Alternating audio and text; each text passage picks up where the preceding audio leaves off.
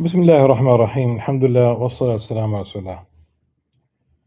We'll continue reading the 40 principles of the religion, the adapted summary of Ihya Ulumuddin, and we have reached Hajj, pilgrimage. And pilgrimage, we talk about the formal pilgrimage. We don't talk about pilgrimage which is used in general, visiting holy places. And we don't talk about the minor pilgrimage, the Umrah, which is still done, performed at the same place in Mecca with less rituals, and it is done throughout the year. But the time for pilgrimage for Hajj is 2 lunar months and 10 days approximately after the end of Ramadan. So Allah subhanahu wa ta'ala said, this is how Imam Al-Ghazali rahimahullah began this fourth principle in the outward action, but still it's number 14 really in total. He begins this with a verse from the Quran: وَلِلَّهِ عَلَى النَّاسِ حِجُّ الْبَيْتِ مَنِ اسْتَطَاعَ إِلَيْهِ سَبِيلًا. Allah has a right over people that they make pilgrimage to the house, whoever can make his way there. You can make your way there. Let me put it. It could be a health issue that prevents you. It could be a financial issue that could prevent you. If the health issue is temporary, then you can later on perform pilgrimage. If it's really lack of money, if you had money at one point and you could perform everything, or everything else is also okay, then it becomes, according to Imam Al-Ghazali, it becomes obligatory that you would seek to perform the Hajj.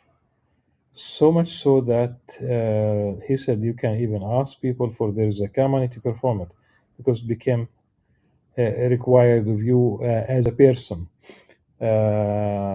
because you did not really utilize the opportunity to perform Hajj when you could make it. It could be that you don't have a visa. It could be that you don't have even a passport. It could be that the lottery that we have today, in Jerusalem, I know that about 2,000 people are allowed to perform Hajj. And I understand the position of the Saudi government in limiting the number of Muslims who could perform the pilgrimage. So they assign a specific number to each country according to the population. They have a formula. And why I say that I support that I understand their position, I support it really. Put yourself in their shoes. You have about 2 billion Muslims today, and it's you cannot even allow 1% of the total number of Muslims. Before Corona and when things were okay, maybe 2-3 million people could perform Hajj. It is a little bit more organized today, and you cannot allow all Muslims to come. In fact, if you allow all those who would like to come to Hajj, then there is no room. I remember performing Hajj along with my brother. Both of us, we are big guys. We talk about the early 90s. Big, strong, tall, and you could feel the crush of the crowd against your chest, literally. So limiting the number of people who could perform Hajj, out of necessity. Otherwise, they would not really mind, and they keep expanding things and the services and the speed trains and services. But still, ultimately, most Muslims will not be able to perform Hajj. If 3 million people could perform Hajj, say that they could extend it one day into 4, into 5 million. In 100 years, that's 500 million people out of 2 billion who are today, who could, by, in 100 years, they will be probably 4 billion. But say that the number remains the same, it means that 1.5 billion people, Muslims, cannot perform Hajj. So this is the من استطاع إليه سبيلا. If you could really make it, whether it's again health, financial, transportation, visas, whatever. And the Prophet ﷺ said, whoever dies without having made Hajj, let him die a Jew or a Christian if he likes. Now, this hadith here, one needs to understand that all the chains of narrators, it has been narrated through multiple chains of narrators.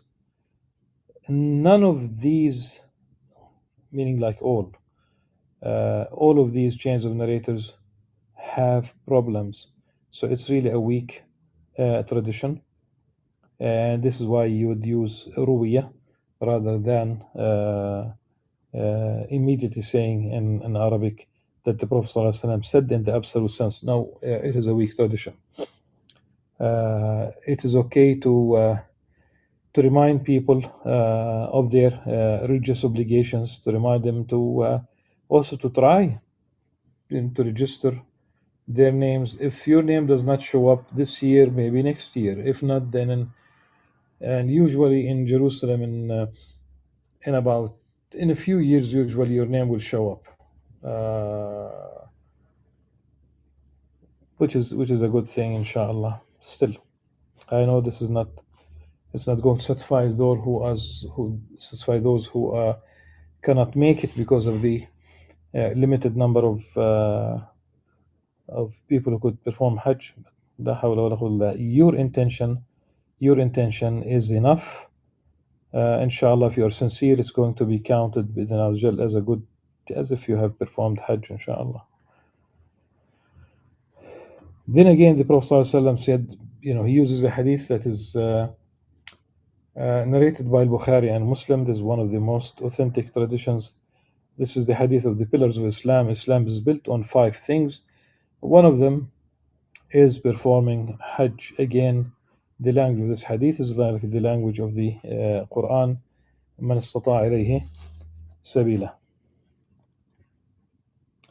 The Hajj has outer practices that we have mentioned in the revival in Ihya Ulum al-Din, and usually in all books of jurisprudence. Now we'll alert you to some refined etiquettes and inner secrets.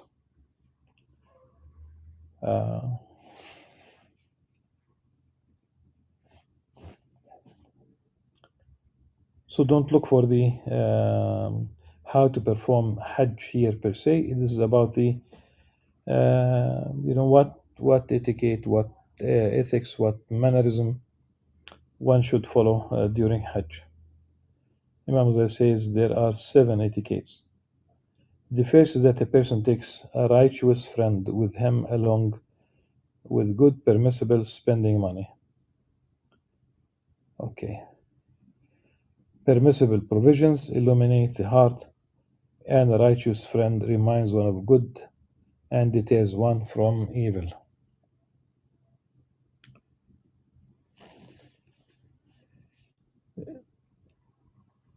Permissible, we talk about halal, because I've noticed that sometimes the word different words are used for halal. This is one of them. Why? Because this is an act of worship, In fact, you should not use the haram money anyway. So it's should be halal. This evening at Al-Aqsa Mosque, someone said um, that the problem with the society at large, why we cannot change one factor that he mentioned. He said that people are not eating halal anymore.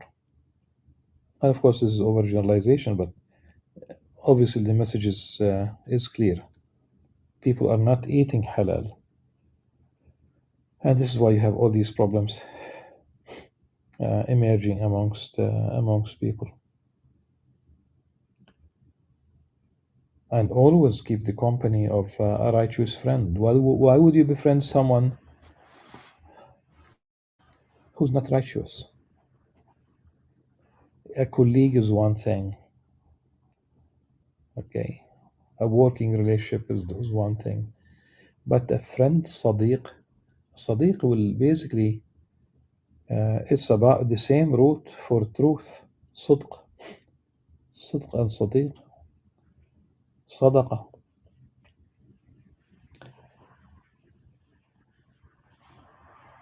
And here the function of the friend is to deter you. It's deterrence, deterring you from doing evil. The second etiquette is that a person removes his hand from commercial wealth so that his thinking is not variegated, his mind is not divided, and his heart is clear for the visit.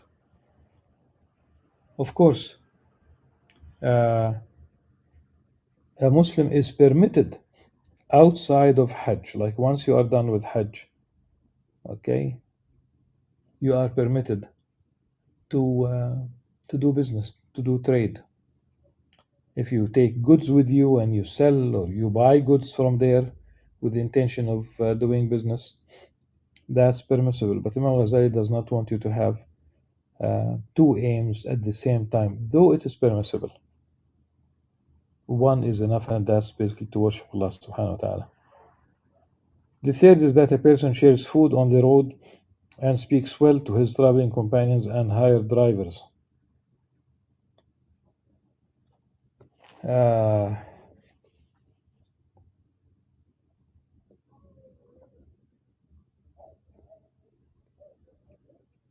it means simply being generous.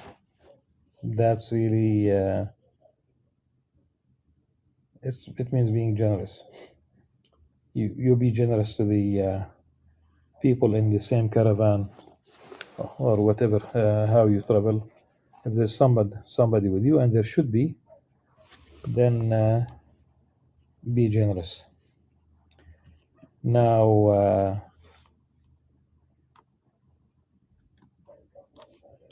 the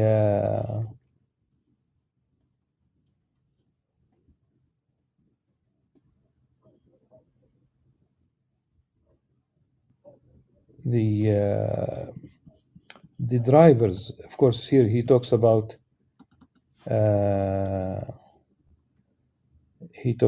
the animals, okay.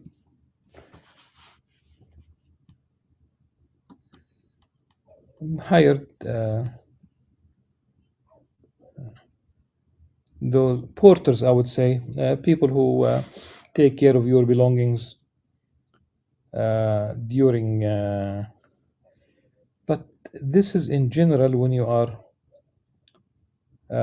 in a city. But once you talk about Hajj itself, the meaning is different, and I think there's a mistake here. The Makari is the in Arabic, because that's the Arabic text, really. Okay, in the Arabic text, ويطيب الكلام مع الرفقاء والمكارين، جمع مكاري. Makari, he's the person who rents out animals for travel. He is your He's your Avis in the language of today. The person who owns the service, they rent a car. In the old days, it's rent a camel, rent a horse. So that's it will be the Macari. So again, I think it's not a big mistake, but I don't think this is really the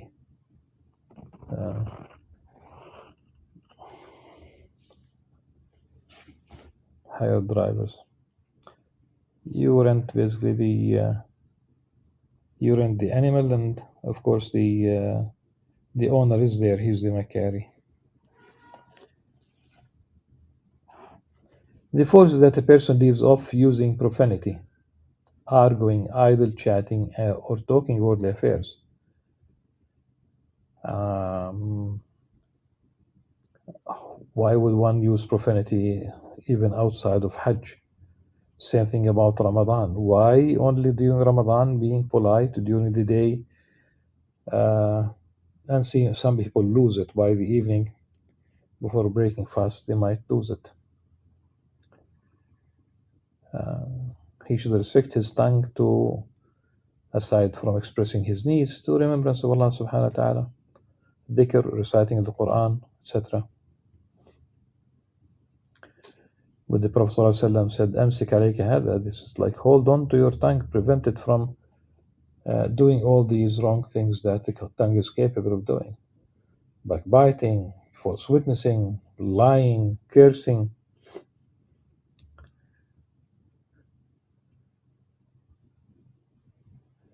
The fifth is that a person rides a camel without a saddle and is of shabby appearance, dusty with unkempt hair, as is the appearance of the poor, as opposed to being dressed up. This to ensure that he is not written as being in the company of those who live in comfort.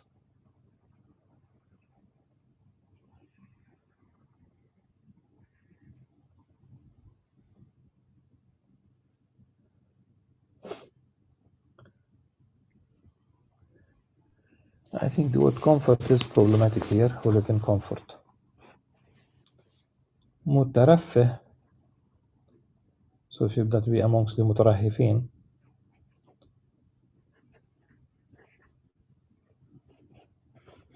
From rafahiya, I would say. Okay.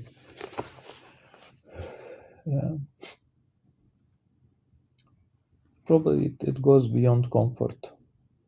Really, it's about being pampered, of leading a luxurious life.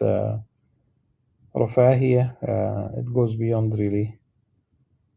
It goes beyond simple comfort. Because there's nothing wrong. There's nothing wrong with comfort in itself. In fact, there is no way that you would travel on animals for Hajj or anything else and you will be comfortable.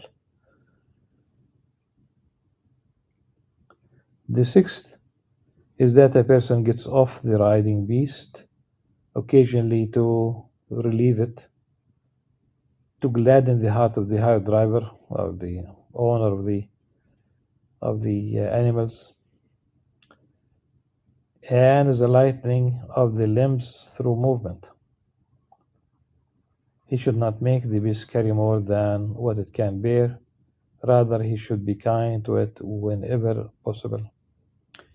Animal. Just think about it. It's animal rights. Animal rights. And there was during Islamic history, there was a limit to what you can carry on animals. That's one thing. Number two, there were retirement, like endowments for retired animals. That is something beautiful. And not only animals that are beneficial, by the way, like the camels, but also cats. There was a waqf, to my knowledge, that was dedicated to the stray cats of Damascus in Syria, and much more than this. The seventh is that a person should be cheerful about whatever money he spends and whatever fatigue or loss befalls him, he should see that as a sign of his Hajj acceptance or Hajj's acceptance, and thus expect the reward for it. Whatever you go through, there as I said, there has to be hardship. There has to be hardship. Uh, you talk about those millions of people, and you stay at the airport for a while to be processed on the way in, on the way out. There's a whole section of the airport in Jeddah for those who do not know. So it's an hour ride from Mecca to Jeddah, and they have drivers who could really make it, and taxi drivers who could make it really in a fraction of that time. But they drive dangerously, very dangerously. Okay. So the whole section of at the airport in Jeddah, it is called the pilgrimage airport. It's not an independent airport, but it's separate where, as I said, they might stay. I lost my flight. I headed to the office that processes the pilgrims after the noon prayer, after the pilgrimage, after the noon prayer, and my flight was about almost midnight, and they kept dragging things. They did not send me and others to the airport until very late with a first-time driver, a part-time job. First time that he drives to the airport, he would stop at construction sites to ask for the how to get to the airport. And ultimately, when we arrived, it's only on the third night that I could fly from that pilgrimage airport. Things happen, so don't expect an easy ride always. As for its secrets, they are many. We will mention two that symbolize the gist of them. The first of them is that it takes the place of monasticism that was in other religions. Really, we talk about it replaces rahbaniya, okay, uh, as has been related in the hadith. Imam does not mention the hadith, and there are several traditions even that compare Hajj, or basically the Rahbaniya for Muslims, the monastic life, if you will, that the word jihad is used in many of them. All of them, with no exception that I have read, are not sound traditions. Okay. But there is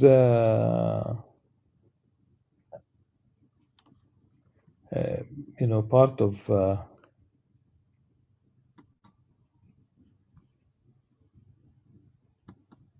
what Ibn al-Qayyim said about the Hajj al-Rahbani. It's you have beautiful, not a tradition, not a prophetic tradition, but you have beautiful talk really, that one should dedicate his time to the service of Allah, to worship Allah subhanahu wa ta'ala.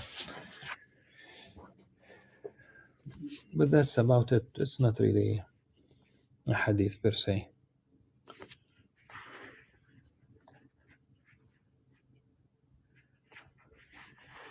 Allah subhanahu wa ta'ala made the Hajj monasticism for the community, the Ummah of Muhammad sallallahu alaihi wasallam. He honored the ancient house, meaning the Kaaba,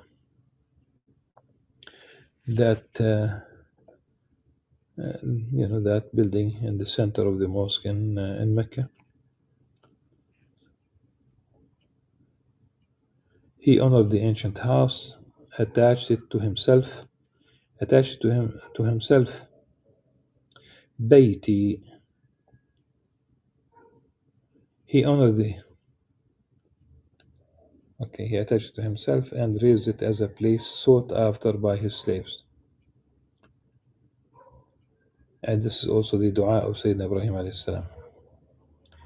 He made what is around it a sanctuary for his house to magnify his command, the Haram, and made Arafat like a square in the courtyard of his sanctuary. Not any exact square, of course. He emphasized the sanctity of the place by prohibiting hunting and cutting down trees in it. Hardly any trees grow in that part of the world. بواد غير ذي زرع عند بيتك المحرم. بواد غير ذي زرع, a valley without vegetation. It is if you think about the rocks of the mountains in and surrounding Mecca, these are volcanic rocks, and in the middle of the day, heat radiates from these rocks. Nothing could grow there. So if you pass by some shrubs somewhere, you cannot cut down the shrubs. And definitely, if you are performing pilgrimage, you cannot hunt. You cannot hunt. Whatever could pass before your eyes, you cannot hunt. And if you do hunt, then the penance would include the judgment of two wise adults, sane, uh, you know, just, truthful men. They judge. They would judge in the that ultimately he would, if he hunts, then he will offer an animal of the same level, same weight, same kind, more or less. You hunt a gazelle, and probably a goat is the equivalent. We don't talk about elk. We don't talk about moose. We don't have that in that part of the world. But if it's really a small gazelle, then probably a goat will be the penance. If it's larger, then it's larger.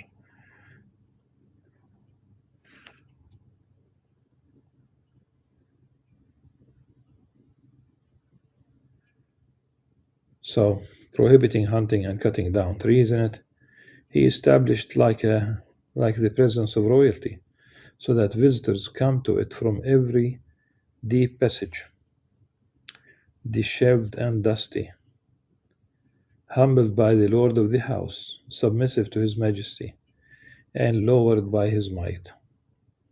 All of this is with the acknowledgement of his transcendence beyond a house enclosing him or a place encompassing him. This makes them sense their servitude and slavery to the fullest, and for that reason, he has instructed them to perform strange practices that do not agree with the natural disposition or reason. Their undertaking of these things is in the order of pure slavery, and fulfilling the command is without any other supporting motivation. This is an immense secret of enslavement, and for that reason, the Prophet ﷺ said, I am truly at your beck and call with Hajj, worshipful and subservient. It's the talbiyah, really, and it's a beautiful thing. لبيك بحجة حقا تعبدا ورقة. That's the لبيك اللهم لبيك. And Imam Ghazali in the Ihya, he would say that your time should be split between talbiyah and dhikr. Like once you are making talbiyah, لبيك اللهم لبيك, and whatever you mention, whatever something appropriate, of course.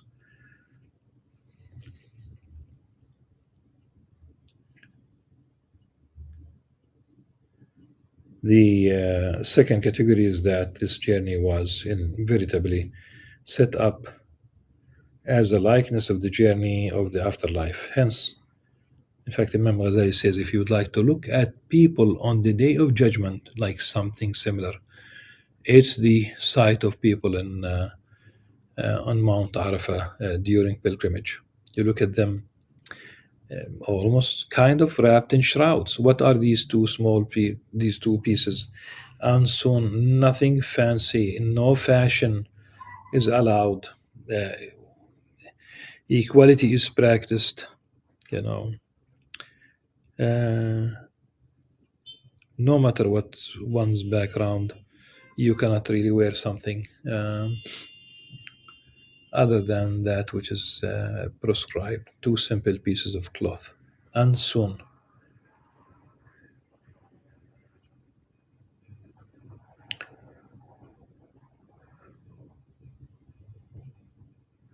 So this journey was veritably set up as a likeness of the journey of the afterlife.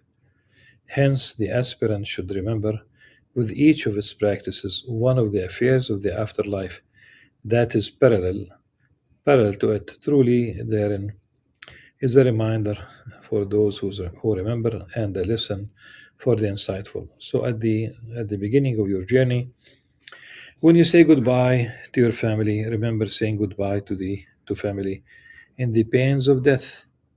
When departing from your homeland, remember departing from the world. When riding the camel, remember riding in the funeral procession. When riding the funeral procession, basically it's your uh, procession, funeral procession. When donning the garb of ritual consecration, the haram, remember donning the shroud. When entering through the desert to the appointed rendezvous, remember what lies between exiting the world and the appointed rendezvous of the afterlife. From the fear of highway robbers, remember the interrogation of the angels Munkar and Nakir. They will set you up after death and they will ask you. Uh, they will ask about your or your Lord, whom did you worship? Who is your prophet? All these questions. From the predatory beasts of the desert, remember the scorpions of the grave and its worms. From the separation from your family and relatives, remember the loneliness of the grave and its separation. From responding with the talbiyah, remember responding to the call of Allah subhanahu wa ta'ala, announcer at the resurrection. The same goes for the rest of the practices. Indeed, in every practice there is a secret, and beneath it is a symbol. Every slave pays attention to it to the extent of the readiness to pay attention commensurate to his heart's clarity or the paucity of his aspiration regarding the important matters of the religion. Yesterday, I asked a question, and at the end of the previous episode, and I asked the question: was it Ismail alayhi salam or Ishaq alayhi salam who was supposed to become or who was really the uh, the one who was going to be offered, who was replaced with Ram uh, in the in Genesis. I'll try to make it short. In Genesis, in the Old Testament, Ismail alayhi salam was born when he was when Sayyidina Ibrahim alayhi salam was 86 years old. Ishaq alayhi salam was born when Ibrahim alayhi salam was 100 years old. So for the duration of 14 years, Ismail alayhi salam was uh, the only child. So the command there in Genesis Allah subhanahu wa ta'ala asked Ibrahim alayhi salam to offer his only son. And his only son is obviously only Ismail for 14 years. After the 14 years, none of them, after the birth of Ishaq alayhi salam, none of them was the only son anymore. You cannot be the only son when there are two or three or four or whatever. You are the only son as long as on the only son. Now, the problem is that it is followed by the word Ishaq in the Old Testament. And the rabbis realized the tension between both words. It cannot be that Ishaq alayhi salam is the only son and being Ishaq. Only Ismail alayhi salam could be. And they created post-revelation constructs to solve this tension between these two words. Nothing that could be accepted. Now, in the Quran, I have watched one prominent Muslim scholar on TV saying that it was Ishaq. That's a big mistake. And I think it's it's almost done with this notion of the new notion around the Arab world, the notion of normalization. It's also influencing the interpretation really of the Quran and the Hadith and other things. In the Quran, we know that Sarah alayhi salam was barren for all these years when Ismail was around. And when the angels were on their way to the people of Lut alayhi salam, they brought good omen to Sarah that she will bear a child. She will become pregnant with a child whose name is Ishaq, Isaac, and that Ishaq himself will have a child of his own whose name is Yaqub, Jacob, the one who follows on the heel of Yaqub, Aqib. فبشرناها بإسحاق ومن وراء إسحاق يعقوب. Now, if you think about analytically, there are other verses that one can cite, but if you think about what this verse means, Allah subhanahu wa ta'ala guaranteed that there will be a child whose name is going to be Ishaq. And Allah subhanahu wa ta'ala guaranteed that this child will grow old enough to become an adult and get married and will have a child of his own whose name is Yaqub, Jacob. Like Ibrahim alayhi salam will have a son whose name is Ishaq, and this Ishaq will be old enough to get married, and Ibrahim alayhi salam will have a grandchild whose name is Yaqub. Think about it. If Allah subhanahu wa ta'ala guarantees that someone who did not exist yet will be old enough to get married, could he be the sacrifice? Absolutely not. Absolutely not. It is absolutely Ismail alayhi salam. As I said, there are many verses to this,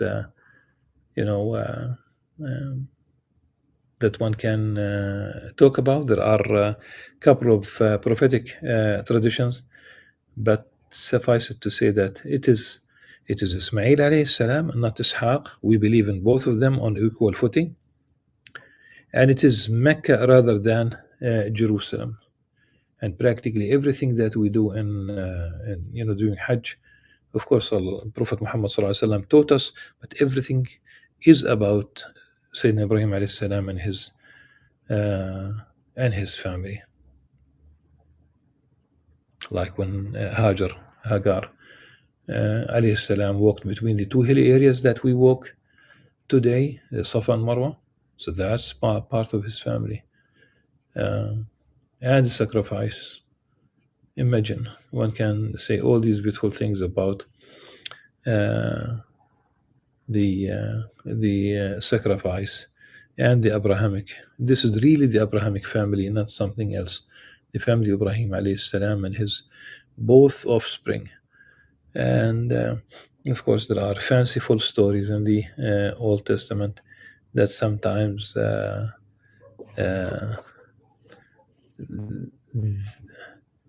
they cannot be reconciled with the notion of an infallible prophet messenger of Allah subhanahu wa ta'ala. سبحانك اللهم وبحمدك نشهد أن لا إله إلا أنت نستغفرك ونتوب إليك والسلام عليكم ورحمة الله وبركاته.